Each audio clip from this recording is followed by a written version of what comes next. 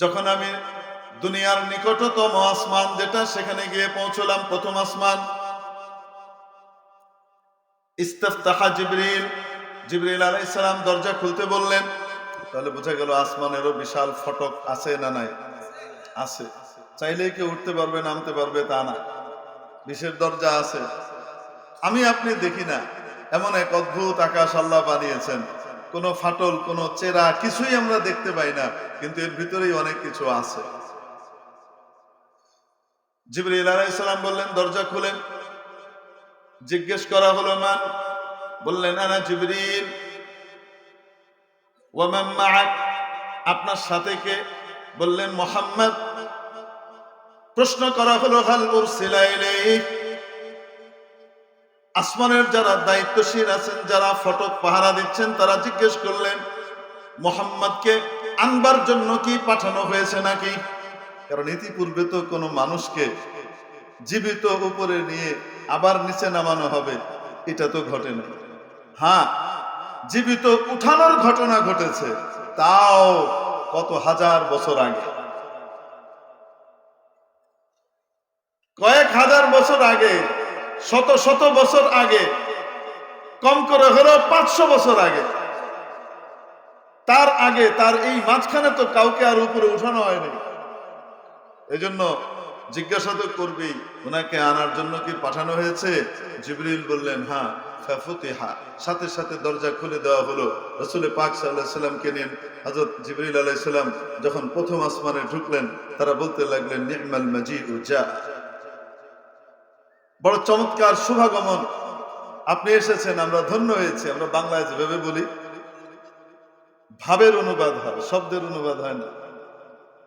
একটা হলো অর্থ বলা, আর আরেকটা হলো মানা এবং ভাব বলা, তর্জমা। তর্জমা আর শব্দার্থ দুটার ভিতরে পার্থক্য আছে না? আছে। শুভেচ্ছা স্বাগতম ভাবে এভাবে নবীজিকে বরণ করে নেওয়া হলো।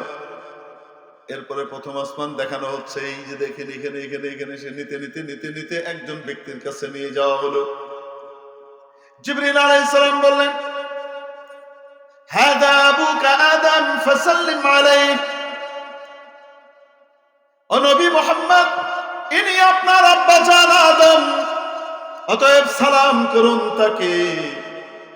সুবহানাল্লাহ। বুঝা গেল আগত ব্যক্তি, তিনি সালাম করবেন, তিনি যত বড় মর্যাদারই হোক না কেন। একজন ব্যক্তি বসে আছে, আরেকজন আসছে, তো দাঁড়ানো ব্যক্তি বসা ব্যক্তিকে সালাম করবেন, আগন্তুক ব্যক্তি থেমে থাকা ব্যক্তিকে সালাম করবেন। আদব। অবশ্য সহিহ হাদিসও আছে এই ব্যাপারে, সালামের এই তরতিব। সন্তান যতই বড় হোক না কেন, মর্যাদার দিক থেকে যত উপরে উঠুক না কেন, বাবা বাবা, অতএব সন্তান বাবাকে সালাম করবে, বাবা সন্তানকে সালাম করা, বাবাও সন্তানকে সালাম করবেন। তবে সন্তানের জন্য আদব হলো সন্তান বাবাকে কি করবে? হাযা আবুকা আদম, ইনি আপনার বাবা আদম, ফাসাল্লিম আলাইহি, সালাম করুন। বলা লাগবে? জিবরিল আলাইহিস সালাম বলা লাগবে সালাম দেন, নাকি বলা ছাড়াই নবীজি দিবেন? তাহলে কেন আল্লাহ পাক এভাবে করাইলেন? নবীজি দিয়ে দিবেন, তার আগ দিয়ে আবার জিবরিল বলতেছেন সালাম করেন। কেন বলতেছেন? গোটা উম্মতকে শিখাইলেন, তোমরা তোমাদের আব্বাকে সালাম করবে, তোমাদের বাবা মাকে, গুরুজনকে সালাম করবে। গুরুজনের সালামের অপেক্ষায় থাকবে না, বরং গুরুজনকে আগে সালাম করবে। এটাই শিষ্টাচার এবং আদব। মর্যাদায় তুমি যত উপরে উঠো না কেন, তোমার বাপ যদি না থাকতো দুনিয়ায়, তুমি চেহারা দেখতে পারতে না। তোমার বাপ যদি তোমাকে লালন পালন না করতো আদর করে, তোমার মা যদি তোমাকে মায়া মমতা স্নেহ দিয়ে ভালোবাসা দিয়ে ঢেকে রেখে তিলে তিলে বড় না করতো, তাহলে দুনিয়ার চেহারা দেখতে পেতে না। দুনিয়া থেকে ছোটবেলায় তোমাকে বিদায় নেওয়া লাগতো। বিরক্তির প্রকাশ করলে তারা। এজন্য বাবা মার মর্যাদা আর আজমত রব্বুল আলামিন কোরআনে কারীমের মধ্যে নিজের হকের পরেই বাবা মার হকের কথা বলেছে। وَقَضَى رَبُّكَ أَلَّا تَعْبُدُوا إِلَّا إِيَّاهُ وَبِالْوَالِدَيْنِ إِحْسَانًا।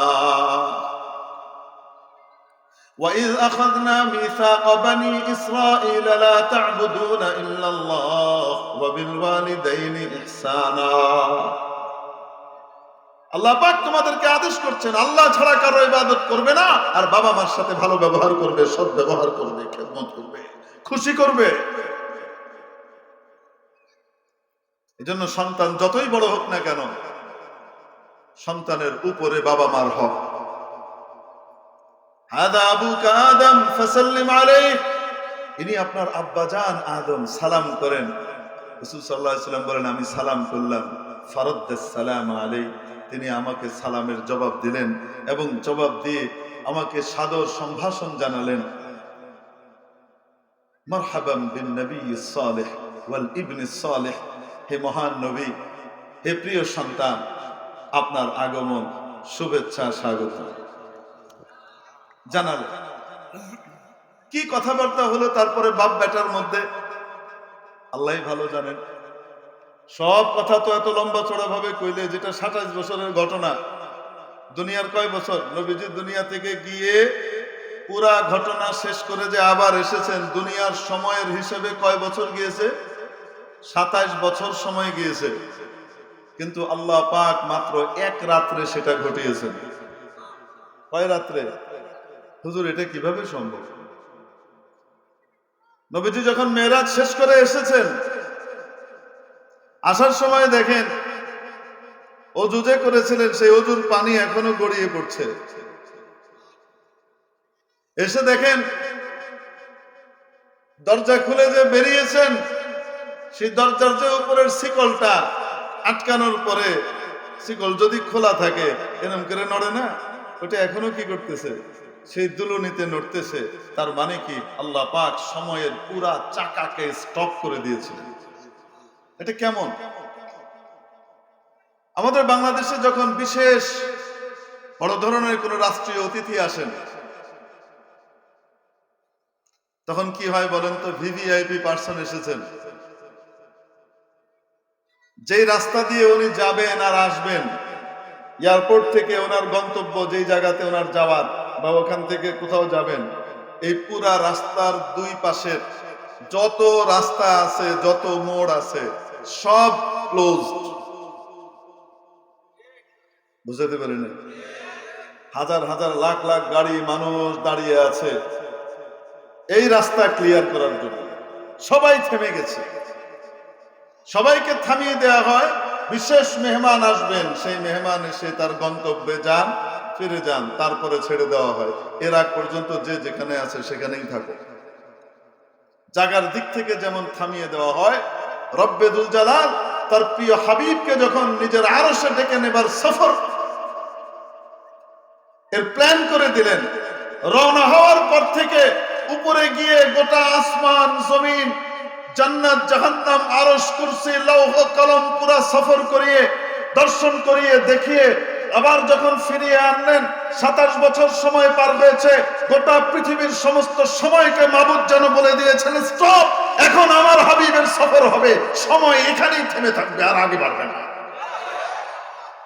সবাই গিয়ে হুজুর ঘুরে এসছে, তারপরে আবার সময় তার টিক টিক কি করেছে। কে পারেন? পারেন না মনে হয়, পারেন না। সুবহান। রাসূল পাক সাল্লাল্লাহু আলাইহি সাল্লাম বলেন, হযরত আদম আলাইহিস সালামের সাথে দেখা সাক্ষাৎ হলো, কথাবার্তা হলো। এরপরে আমাকে নিয়ে যাওয়া হলো দ্বিতীয় আসমানের দিকে। সুম্মা উরিজা বিয়া ইলাস সামাইদ দুনিয়া, এরপরে আমাকে উপরে উঠানো হলো ইলাস সামাইস সানিয়া, দ্বিতীয় আসমানের দিকে নিয়ে যাওয়া হলো। দ্বিতীয় আসমানে যাওয়ার পরে সেই একই প্রশ্ন। হযরত জিবরিল আলাইহিস সালাম দরজা খুলতে বললেন, ইস্তাফতাহা। উপর থেকে জিজ্ঞেস করা হলো, মান? বললেন জিবরিল। জিজ্ঞেস করা হলো, ওয়াহাল মাআকা আহাদ, আপনার সাথে কি কেউ আছে নাকি? বললেন, নাআম মুহাম্মদ। জিজ্ঞেস করা হলো, হাল উরসিলা ইলাইহি, ওনাকে আনবার জন্য পাঠানো হয়েছে নাকি? বলা হলো, নাআম, হ্যাঁ পাঠানো হয়েছে। ফাফুতিহা, সাথে সাথে দরজা খুলে দেওয়া হলো এবং নবীজিকে সাদর সম্ভাষণ দিয়ে বরণ করে নেওয়া হলো প্রথম আসমানের মতো। যাওয়ার পরে ওখানে নবীজি বলেন, আমাকে নিয়ে যাওয়া হলো দ্বিতীয় আসমানে, দুই নবীর সাথে সাক্ষাৎ। ফাইদা ইয়াহইয়া ওয়া ঈসা আলাইহিমাস সালাম ওয়া হুমা ইবনা খালা। এখানে আবার ইশকাল জবাব আছে, ইবনা খালা কেন না, মামু ভাগ্নে না। ওখানে হযরত ঈসা আলাইহিস সালাম এবং ইয়াহইয়া আলাইহিস সালাম এই দুইজনের সাথে নবীজির সাক্ষাৎ হলো কত নম্বর আসমানে? এজন্য কয় নম্বর আসমানে কার কার সাথে দেখা হয়েছে এই ব্যাপারে রিওয়ায়াত মুখতালিফ। বুখারীর এটাকে প্লট বানিয়ে বলতেছে। দেখা হওয়ার সাথে সাথে বললেন, এনারা দুইজন আপনার ভাই, এনারা দুইজন আপনার ভাই ইয়াহইয়া এবং ঈসা, সালাম করেন। মর্যাদার দিক থেকে নবীজি কত উপরে, ওনারা নিচে, কিন্তু বয়সের দিক থেকে তো তারা বড়। বয়সের দিক থেকে বড় ভাই, অতএব ছোট ভাই বড় ভাইকে কি করতেছে? বয়সের দিক থেকে ছোট ভাই বড় ভাইকে সালাম করতেছে, যদিও ছোট ভাইয়ের মর্যাদা বড় ভাইয়ের চেয়ে এত উপরে যে সমস্ত ভাই মিলেও কাছে যাইতে পারবে না। ঠিক কি? সালাম করেন, সালাম হলো। ফারাদ্দা, তারাও আমাকে সালামের জবাব দিলেন। কি কুশল বিনিময় হয়েছে আল্লাহ জানে। এরপরে আবার উপরে নিয়ে যাওয়া হলো। সুম্মা উরিজা বিয়া ইলাস সামাইস সালিসা, আমাকে তৃতীয় আসমান পর্যন্ত নিয়ে যাওয়া হলো। ওয়াস্তাফতাহা, জিবরিল দরজা খোলার জন্য বললেন। জিজ্ঞেস করা হলো, মান, কে? উত্তর দিলেন, আনা জিবরিল, আমি জিবরিল। হাল মাআকা আহাদ, আপনার সাথে কি কেউ আছে নাকি? বললেন, হ্যাঁ, মুহাম্মদ। জিজ্ঞেস করা হলো, হাল উরসিলা ইলাই, আনার জন্য পাঠানো হয়েছে? বললেন, হ্যাঁ, পাঠানো হয়েছে। ফাফুতিহাল বাব, সাথে সাথে তৃতীয় আসমানের দরজা খুলে দেওয়া হলো। উপরে আমাকে সেভাবে আগের মতোই বরণ করা হলো। নির্মাল মাজিউ জাআ, কত মহা শুভাগমন! আসুন, আপনার শুভাগমনে আমরা ধন্য হয়েছি। নবীজিকে ভেবে তৃতীয় আসমানওয়ালারা বরণ করলেন। হযরত জিবরিল আলাইহিস সালাম নিয়ে গেলেন ওখানে অবস্থানকারী একজন নবীর কাছে। ফাইদা ইউসুফ আলাইহিস সালাম, সেখানে হযরত ইউসুফ আলাইহিস সালামের সাথে দেখা হলো। জিবরিল বললেন, হাদা আখুকা ইউসুফ ফাসাল্লিম আলাইহি, আপনার ভাই ইউসুফ, সালাম দেন। হযরত ইউসুফ আলাইহিস সালামকে সালাম দিলেন, উনিও উত্তর দিলেন। কথাবার্তা হলো। এরপরে চললেন চতুর্থ আসমানের দিকে। শুনতে তো খুব কম, মজাই লাগতেছে, যে মনে হয় দ্বিতীয় আসমান থেকে রওনা দিলেন না চতুর্থ আসমানে পৌঁছায় গেলেন। কারণ হুজুরে 5 মিনিটে প্রথম আসমান থেকে তৃতীয় আসমান পার করে ফেলছে। না কেন? বাস্তবে কি এরকমই নাকি? হ্যাঁ, মাঝে মাঝে ছোটবেলায় আমরা বিরক্ত করতাম না, খালি গল্পগণ গল্পগণ গল্পগণ। তো আমার এক মহাজ্ঞানী মামা ছিলেন, ওনার কাছে গল্পের কোনো অভাব ছিল না। আর আমার দৃষ্টিতে উনি ছিলেন সবচেয়ে বড় জ্ঞানী। কেন? ওনার কাছে গল্পের ভান্ডার আছে। আসলে গল্প তো উনি বলতেনই, এরকম 15-20টা গল্প থেকে বানায় আবার আরেকটা রেডি করে লাইতেন আর কি। বুঝলেন? যখন মামা গল্প বলেন তো সাথে সাথে আচ্ছা ঠিক আছে, গল্প, এত গল্প শুনে কি হবে, এই যে বলতেছে গল্প বানাই দিছে, বাস তারপরে গল্প একটা শুরু হয়ে গেল, সুন্দর একটা গল্প রেডি হয়ে গেছে। তিনার কাছে কখনো গল্প আমাদের মিস হইতো না। এই জন্য এই মামাকে আমরা মনে করতাম পৃথিবীর সবচেয়ে বড় জ্ঞানী মামা, সবচেয়ে জ্ঞানী মানুষ। তার কাছে গল্পের অভাব নেই। যে বেটা গল্পই করতে পারে না, হে বেটা কি জানে? কিচ্ছু জানে। আরে বাচ্চাদের একটা বয়স আসে না, এক এক বয়সে তার কাছে এক একটা পর্যায়ে আসে গল্প। যে বেশি গল্প বলতে পারে সে আসলে বড় জ্ঞানী। আকল যখন আরো বাড়তে থাকে তখন আসে গল্প বাস দিয়ে তো দুনিয়া চলে না, বাস্তবতা কি সেটা দেখি। ঠিক কি ঠিক না? এটা আসে। তো আব্বাকে যখন গল্পের জন্য বলতাম, আব্বাকে সবাই এত জ্ঞানী বলে, এত সম্মান করে, এই করে সেই করে, কিন্তু আমার কাছে মনে হতো আব্বা কিছুই তো জানে না। একটা গল্প করতে হবে, 2-3টা গল্পকে, তারপর আব্বার কাছে আর গল্প নাই। উনি গল্প শুরু করতেন। কি গল্প? হ্যাঁ, একটা শিয়াল, সে একটা মুরগি ধরবে, মুরগি খাবে, তাই সে রওনা করছে। যেতে যেতে যেতে যেতে কিন্তু ওই পারে তো মুরগি পাওয়া যাচ্ছে না, মুরগি আছে নদীর ওই পারে। কোথায়? এই জন্য এখন শিয়াল সাঁতার কাটা শুরু করলো, তারপর গিয়ে সে মুরগি খাবে। বলে, আব্বা চুপ। চুপে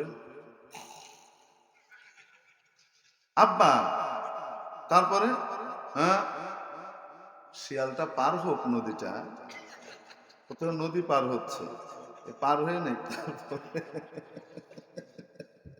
আসলে যদি বাস্তবে শিয়াল এরকম নদী পার হইতে হয়, তারপরে গিয়ে খাইতে হয়, তার কত সময় লাগবে? বাস্তবে যদি এরকম হয় তো কত সময় লাগবে না? কিন্তু গল্পের ভিতরে তো সেটা আধা মিনিট হয়ে গেছে। শিয়ালটা গেল, নদী পার হইল। বুঝলেন মনে হয়? কাঁঠাল খাইতে বসে 3 বেড়া। এখন কাঁঠাল খেতে বসার পরে চিন্তা করতেছে অন্যগুলোরে ফাঁকি দিয়ে বেশি করে কি করা লাগবে, খাওয়া লাগবে। তো চালাক যেটা, সেটা বলতেছে, মানে মিঠা মইনে যেটার বাড়ি আর কি, হ্যাঁ, খুব বুদ্ধিমান, মাছ টাছ খায় আওয়ারের বুদ্ধি বাড়ছে, তো সেটা মানে ডাঙ্গা রেডি লইয়া কইতাছে যে আচ্ছা তোর দাদা কেমনে মারা গেছিল রে ভাই? আরে ভাই কৃষ্ণ, আমার দাদা এত বালা আছি, এরম বালা মানুষ আর আছি না, এরম এরম এরম এরম। তারপরে একদিন জ্বর আইছে, তারপরে এটা হয়েছে সেটা হয়েছে, এরকম করে কইতেছে। আর এদিকে এত গল্প আর এরা কি মারে? কাডল মারে। খাইতে খাইতে খাইতে খাইতে তখন যাই হোক মোটামুটি ওই কাসুন্দি গাইতে গাইতে এখন দ্বিতীয় জনরে জিগাইছে তোর দাদা কেমনে মরছে? আর কইস না, একটা টাকায় বাড়ি মারছি করে বুঝে গেছে।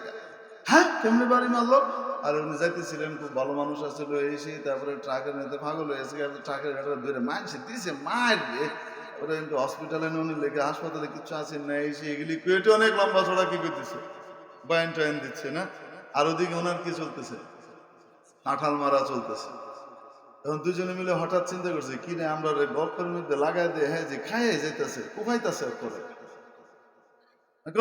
আমরা পরে কইয়াম তোর দাদা কেমনে মরছে ক, আরে কইস না, ফললো আর মরলো, খা।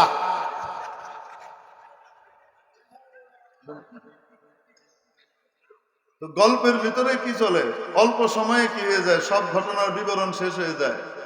বর্ণনাকারী যখন বর্ণনা করে তখন বিবরণ তো খুব অল্প সময়ে দিয়ে দেওয়া যায়, কিন্তু এটার বাস্তবতা কত দীর্ঘ সময়ের। আরে ভাই, এক একটা আসমান থেকে একটা আসমানের দূরত্ব কত, সুবহানাল্লাহ। এই যে আকাশটা আমরা দেখতে পাই, বিজ্ঞানীরা বলেন এটা আকাশ না, এটা মানুষের দৃষ্টির শেষ সীমা। তারপরেও ধরি যে আকাশটা দেখে, সেটার তুলনায় একটা মুরগির ডিম কত বড়। মুরগির ডিমটাও গোল, এই আকাশটাও গোল। মুরগির ডিম আর এই আকাশ দুইটার ভিতরে বড় কোনটা? হুজুর এটা কোনো তুলনায় আইব? এটা কি করলেন? একজনের বয়স 70, আরেকজনের বয়স 80, তাহলে বলা যায় যে ভাই দুজনের ভিতরে কেডাই বড়? আজকে একটা বাচ্চা হয়েছে, আরেক বেটার বয়স 99, তার ভাই দুজনের ভিতরে কেডাই বড় কোনছে? এটা কোনো মিল হইল? কোথায় মুরগির ডিম আর কোথায় আকাশ, কি বিশাল! দ্বিতীয় আসমানটা প্রথম আসমানের তুলনায় এত বড় এত বড় এত বড়, তার তুলনায় প্রথম আসমানটা একটা মুরগির ডিমের মতো। দ্বিতীয়টার তুলনায় তৃতীয়টা এত বড় এত বড় এত বড়, সেটার তুলনায় 2 নম্বরটা একটা ডিমের মতো। এইভাবে 7 আসমান। এবার মনে করেন দূরত্বটা কেমন যাচ্ছেন।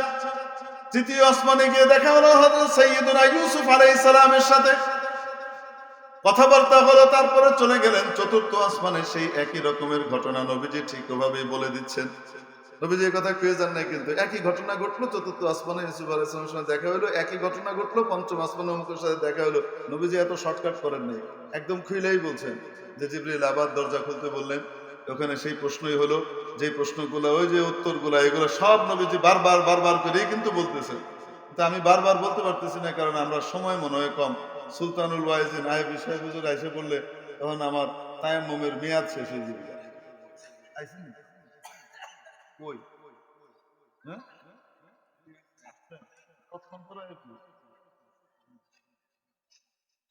অতএব বেশি লাম্ফা করুন যেত না, বুঝছেন?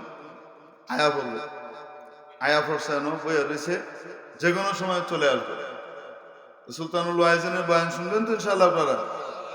শুনতেই মন চায়, সারা রাত কইলেও মনে হয় যে না আরো কইল, তাই না? তৃপ্তি মন ভরে না।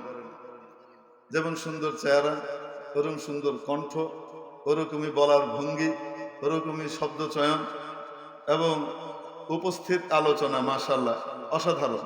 আল্লাহ পাক বন্ধুবর হযরত শেখ খালিদ সাইফুল্লাহ আইয়ুবী সাহেব দামাত বারাকাতুহুমের হায়াতে, ইলমে, আমলে, স্বাস্থ্যে, দৌলতে, সর্বদিক থেকে আল্লাহ পাক বরকত দান করে না। আল্লাহুম্মা আমিন। তো যাই হোক, এখন উপরে গেলেন, চতুর্থ আসমানে গিয়ে হযরত ইদ্রিস আলাইহিস সালামের সাথে দেখা, সেই একই কথোপকথন হলো। তারপর গেলেন পঞ্চম আসমান, পঞ্চম আসমানে গিয়ে সেখানে হযরত সাইয়্যিদুনা হারুন আলাইহিস সালামের সাথে দেখা হলো, সেই একই রকমের কথাবার্তা চলল। তারপরে গেলেন ষষ্ঠ আসমানে, ওখানে গিয়েও হযরত মুসা আলাইহিস সালামের সাথে দেখা হলো, কথাবার্তা একই রকম চলল। শেষ হওয়ার পরে যখন নবীজি সাল্লাল্লাহু আলাইহি সাল্লাম রওনা করে দিলেন সপ্তম আসমানের উদ্দেশ্যে, বাকা মুসা, মুসা আলাইহিস সালাম কেঁদে দিলেন, আল্লাহর কাছে কেঁদে কেঁদে অভিযোগ আকারে অনেক কথা বলতেছেন। আমার এত পরে আসলো, আর তাকে আপনি এতগুলা উম্মত দিলেন, সে এত উম্মত নিয়ে তার উম্মত আগে জান্নাতে যাবে আর আমার উম্মত পরে যাবে। আবার অভিমান করে কইতেছে, আমার এত পরে আইছে, তারা আপনি এত উপরে উঠে লয়ে যেতেছেন, আমারে আপনি লইলেন না, নেওয়ার মতো আপনার হইল না। এ কোনো ইনসাফ হইল? এটা কোনো এই কারে কয়? আল্লাহরে, মানে দুমায় আল্লাহরে ঝাড়তেছে। আপনি না ইনসাফ করেন, সব জায়গায় ইনসাফ করেন, এটা কি ইনসাফ? আমার এত পরে আইলো, হ্যাঁ যাইব আমার আগে, হ্যাঁ রুবুংশে যায়, আমার আপনি ষষ্ঠ আসমানে আটকায় ধুয়ে দিচ্ছেন, মানে কঠিন বয়ান দিচ্ছে। হযরত রাসূল সাল্লাল্লাহু আলাইহি সাল্লাম জিজ্ঞেস করতেছেন জিবরিলকে, এটা কেডা? এরকম করে কথা কইতেছে, এটা কে? ওই আখুকা মুসা, আপনার ভাই মুসা। খালি আল্লাহর সাথে এমনি কথা কয় নাকি? হ্যাঁ, আপনার আল্লাহ জানে যে এটা এরকম, এটা সিস্টেমই এমন। সুবহানাল্লাহ। আল্লাহ বানাইছে এমন করে, অতএব এরকমই বলবে। আল্লাহ পাক এটা তেমন কিছু মনে করেন। তারপরে গেলেন কত আসমানে? সপ্তম আসমানে। সপ্তম আসমানে যাওয়ার পরে সেই একই ফর্মালিটি পুরা হলো। হযরত জিবরিল গিয়ে দেখাইলেন একজন মানুষের সাথে। নবীজি বলেন, দেখতে একেবারে হুবহু তোমাদের এই ভাইয়ের মতো, দেখতে যেন একেবারে তোমাদের কিসের মতো? এই ভাইয়ের মতো। লিল্লাহি তাকবীর। এই আওয়াজে বয়ান বেরিব, লিল্লাহি তাকবীর। সুলতানুল ওয়াইজিন।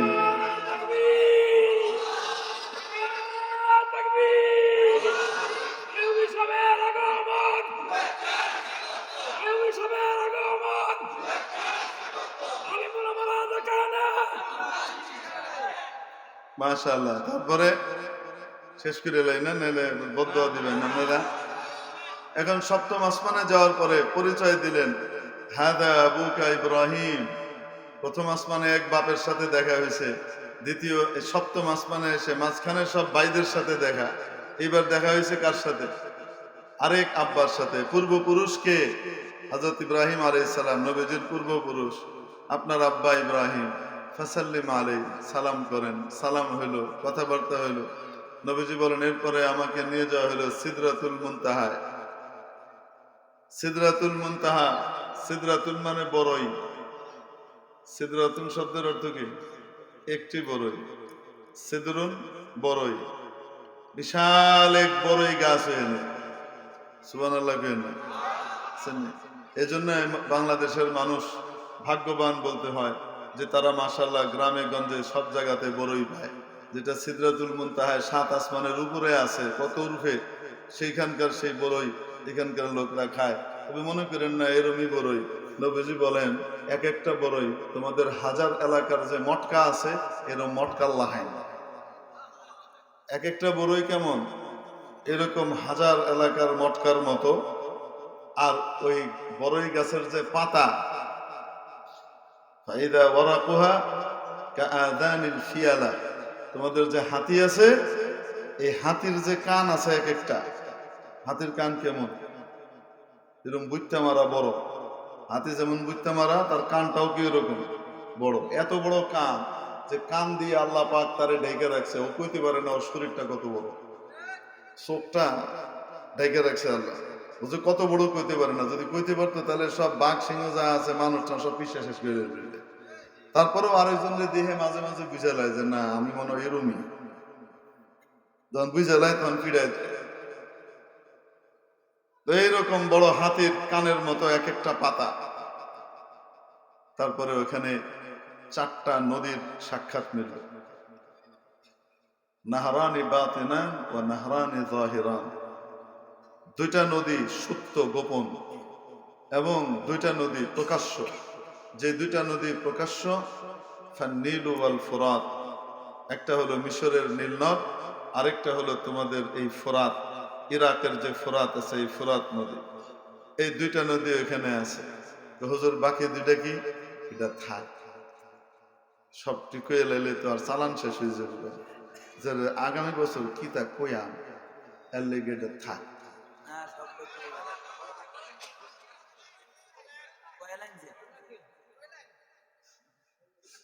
তারপরে উনি বলেন, এরপরে আমাকে বাইতুল মামুরে নিয়ে যাওয়া হলো। সুবহানাল্লাহ। সপ্তম আসমানে রব্বুল আলামিনের একটা ইবাদতের ঘর আছে, বিশেষ ঘর, যেমন দুনিয়াতে কাবা শরীফ। প্রথম আসমানে বাইতুল ইজ্জত, সপ্তম আসমানের যে মাওলার ঘর আছে তার নাম হলো বাইতুল মামুর। নবীজি বলেন ওখানে প্রত্যেক দিন 70,000 ফেরেশতা ঢুকে, 70,000 ফেরেশতা গিয়ে ইবাদত করে বের হয়ে আসে। যেদিন থেকে আসমান আর জমিন তৈরি হয়েছে, ফেরেশতাদের সৃষ্টি হয়েছে, যেই ফেরেশতা একবার গিয়েছে দ্বিতীয়বার তার আর কোনোদিন সুযোগ হয় নাই। কল্পনা করে নেন কতদিন গিয়েছে। প্রতিদিন যদি 70,000 করে ফেরেশতা যায়, তাহলে ফেরেশতার সংখ্যা কত? মেরে মুহতারাম দোস্ত, এরপরে নবীজি বলেন, এর উপরে আমাকে নিয়ে যাওয়া হলো। ফাইদা ফিহা আলওয়ান, রং আর রং, রং আর রং, কত রকমের অদ্ভুত রং আমি দেখেছি, কল্পনার বাইরে। অদ্ভুত, অকল্পনীয়, অসাধারণ সম্ভ্রম, রঙের জগৎ। রব্বুল আলামিনের পরে গিয়ে সিদরাতুল মুনতাহা পার হওয়ার আগ দিয়ে ওখানে গিয়ে দাঁড় করাইলেন, জিবরিল দাঁড় করাইলেন। বুরাকের এরিয়া শেষ, এর উপরে আর বুরাক যেতে পারবে না, বুরাকের এরিয়া শেষ। এবার অনেক উপরে আরশ থেকে বিশেষ বাহন আসলো নবীজিকে নেওয়ার জন্য, যার নাম রফরফ। কেমন সেটা তার কোনো বিবরণ নবীজিও দেন নাই, আমরাও জানি। ইনশাআল্লাহ কিয়ামতের দিন জান্নাতে গেলে রফরফ আপনাকে ইচ্ছা হইলে দেখাইবে আল্লাহ তাআলা। দেখতে মন চায়? রফরফ আসলো, নবীজি চড়লেন। জিবরাইল আলাইহিস সালাম বলেন, বাদান, যান। আপনি যাবেন না? কেন? আমার এরিয়া শেষ, এর থেকে যদি একটু সামনে বাড়ি, এক চুল পরিমাণও যদি সামনে বাড়ি, আল্লাহ পাকের তাজাল্লির বিশেষ এরিয়া শুরু হচ্ছে, আমার সমস্ত ডানা টানা পর টর জ্বলে শেষ হয়ে যাবে। হযরত শেখ সাদি রহমাতুল্লাহ আলাইহি হাদিসের এই ভাষ্যকে তার ভাষায় এভাবে বলেছেন, अगर यकसरे मोय बरतर परम, अगर यकसरे मोय बरतर परम, फुरूबे तजल्ली बुसूजत परम। এক চুল পরিমাণ যদি আল্লাহর হাবিব এখান থেকে আমি আগে বাড়ি, মাওলায়ে পাকের তাজাল্লির নূর দ্বারা আমার সমস্ত পরগুলো জ্বলে পড়ে ছারখার হয়ে যাবে। নবীজি যাওয়া শুরু করলেন উপরে। উপরে গেলেন, কথাবার্তা হলো। ফাকানা কাবা কাউসাইনি আও আদনা, বিপরীত দুই জিনিস যতটুকু কাছে আসতে পারে, এর চেয়ে বেশি কাছে আর আসা সম্ভব না, অতটুকু কাছে বসে দুইজনের আলাপ আলোচনা হইল। মাওলা হলেন খালেক, নবীজি হলেন মাখলুক, বিপরীত জিনিস। এর চেয়ে আর কাছাকাছি যাওয়ার সুযোগ নাই, কথাবার্তা হলো। দেখেছেন কি দেখেন নাই? সাহাবী আব্দুল্লাহ ইবনে আব্বাস রাদিয়াল্লাহু তাআলা বলেন দেখেছেন, আম্মা জান আয়েশা বলেন দেখেন নাই। হাদিস এই ব্যাপারে হাদিস সাকেত, হাদিস এখানে কিছুই বলে নাই, দেখেছেন কি দেখেন নাই। বাকি দুই সাহাবিয়া দুই যে মাযহাব বিভক্ত হয়ে গেলেন, দুই মতে চলে গেলেন। উভয়ের পক্ষেই শরীয়তের অন্যান্য দলিলগুলো আছে, প্রত্যেকে গবেষণা করে বের করেছেন। তারপরে ওখান থেকে যখন আসেন, রব্বুল আলামিন 50 ওয়াক্ত নামাজ দিলেন। কয় ওয়াক্ত? যখন নবীজি নিচে নিয়ে আসতেছেন 50 ওয়াক্ত নামাজ, নবীজি আল্লাহ পাক বলে দিয়েছেন, আপনি তো আমার সাথে মেরাজ করলেন, কথাবার্তা বললেন, আপনার উম্মতের জন্য 50 বার সুযোগ দিয়ে দিলাম, যখনই তারা নামাজে দাঁড়াবে আমার সাথে তারা কথা বলবে। আসসালাতু মিরাজুল মুমিন। আমি জীবনে একবার পাইলাম, আর আমার উম্মত প্রতিদিন 50 বার পাবে। কি খুশি! নবীজি আনন্দের চোটে 50 ওয়াক্ত নামাজ নিয়ে আসতেছেন। 6 নম্বর আসমানে আবার সেই মুসা আলাইহিস সালামের সাথে দেখা। কি দিলেন? 50 ওয়াক্ত নামাজ দিছেন। আপনি হাসতেছেন? 50 ওয়াক্ত নামাজ দিছেন। আরে যান, তাড়াতাড়ি যান। আপনি আমার চেয়ে মর্যাদায় অনেক উপরে, ঠিক, কিন্তু আমার চেয়ে বেশি অভিজ্ঞ না। আমার অভিজ্ঞতা আছে। ইন্নী আলাজতু উম্মতি, আমি আমার উম্মতকে চালাইছি, এগুলোকে আমার লম্বা সময় গেছে। ইন্না উম্মাতাকা লা তুতিক, আপনার উম্মত পারবে না, অসম্ভব। আমার গেলে তো শক্তি আরো বেশি আছে আপনার উম্মতের তুলনায়। শক্তি তো অনেক বেশি ছিল, লম্বা দীর্ঘ ওমর ছিল, তারপরেও ওগুলো 2 ওয়াক্ত দিছে, হেডেই করে না, টাল্টি বাল্টি করছে, বেতমিজি করছে। 5 ওয়াক্ত নিয়ে যাইতেছেন আপনি, 50 ওয়াক্ত নিয়ে। সম্ভব না, পারবে না। আপনি তো খুব খুশি, তাড়াতাড়ি যান। ফারজি ইলা রাব্বিক ফাখাফফিফ, যান, কমাই নিয়ে আসেন আল্লাহর কাছে। নবীজি আবার গেছেন, আল্লাহ 5 কমাই দিয়েছেন। রয়েছে কত? আবার মুসা আলাইহিস সালাম ব্যারিকেড দিছে, দাঁড়ান। কত? তো 5 কমছে, 45 আছে। আরে আমি আমার উম্মত চালাই, আমার অভিজ্ঞতা আছে। আলাজতু উম্মতি, আপনি তাড়াতাড়ি যান। একবার নিচে চলে গেলে আর কমেন যেত না, যা কমানি রেহিনি। এবার 9 বার গেলেন, 9 বার মুসা আলাইহিস সালাম আটকাইছেন। তো বলেন তো দেখি, মুসা আলাইহিস সালাম আমাদের জন্য একটা বিশেষ দয়া করছেন কি করেন নাই? এজন্য মুসা আলাইহিস সালামকে আমরা স্পেশাল ভাবে আলাইহিস সালাম বলি, ঠিক না? স্পেশাল সম্মানের সাথে গেল। 9 বার যাওয়ার পরে রয়েছে কত? আল্লাহ পাক বলে দেন, মুহাম্মদ এই 5 দিলাম, তবে তোমার উম্মত যদি এই 5টা আদায় করে আমি ফুল 50-এর সওয়াব দেব। 50-এ যায়, 5-এ কাঁদি। রাসূল সাল্লাল্লাহু আলাইহি ওয়াসাল্লাম খুশি হয়ে আবার নেমে আসছেন। মুসা আলাইহিস সালাম আবার ধরছেন, পারবো না, 5 ওয়াক্ত পারবো না, আপনি যান, একটু কমায় নিয়ে আসেন। আমি লজ্জা পেয়েছি, 5 করে কমাইছে। এবার গেলেও যদি 5 কমায় তো খাইলে আপনি জন্ম। ইস্তাহইয়াইতু মিন রাব্বি, আমি আমার রবের কাছে লজ্জা পাইতেছি, আর দরকার নাই। আচ্ছা ঠিক আছে, যান, কি আর করা, 5 লয়ে যেতেছেন, যান। এই 5 ওয়াক্ত নামাজ আমাদের জন্য আল্লাহ পাক মেরাজের উপহার হিসেবে পাঠিয়েছে। আসসালাতু মিরাজুল মুমিন, নামাজ মুমিনের মেরাজ। নবীজি ওখান থেকে আবার দুনিয়ার স্পেস স্টেশনে এসে নামলেন। স্পেস স্টেশন কোনটা? বাইতুল মাকদিস, মসজিদুল আকসা যে অঞ্চলে অবস্থিত, সেই অঞ্চলকে শাম বলা হয়। সিরিয়া, জর্দান, এমনি ভাবে ফিলিস্তিন, আর যে ইসরায়েল দখল করে থুয়ে দিছে, এগুলি সব সহই মনে করেন কি আসলে তো ফিলিস্তিন। আরেকটা কি কোন? কয়টা? 4টা দেশ মিলে শাম। সিরিয়া, উর্দুন, ফিলিস্তিন, আরেকটা কি? লুবনান, এখনকার যে লেবানন আছে, এই 4টা মিলে হলো শাম। এই পুরা অঞ্চলটা বাইতুল মাকদিসের আশপাশের এরিয়া। মাবুদ বলেন, সুবহানাল্লাযী আসরা বিআবদিহি লাইলান, গরিমা বর্ণনা করুন সে আল্লাহ, সেই সত্তা যিনি স্বীয় দাস, প্রিয় বান্দাকে রাত্রিকালীন ভ্রমণ করালেন। মিনাল মসজিদিল হারামি ইলাল মসজিদিল আকসা, মসজিদে হারাম থেকে মসজিদে আকসা পর্যন্ত রাত্রিকালীন ভ্রমণ। আসমানের কথা আর কইতেছে না, রাত্রিকালীন ভ্রমণ। এই যে মেরাজের বয়ান দিলাম, এটারা রাত্রিকালীন ভ্রমণ বলতেছেন না, কি বলতেছেন? এখান থেকে এখানে রাত্রিকালীন ভ্রমণ করাইলেন। তারপর ওইখান থেকে উপরে নিয়ে গেছিলেন, এবার উপর থেকে আবার ওখানেই নামাইছেন। মসজিদুল আকসা ওই বাইতুল মাকদিসেই নামাইছেন। ওই অঞ্চলটার সাথে আসমানের একটা বিশেষ সম্পর্ক আছে, নুজুল এবং হুবুতের।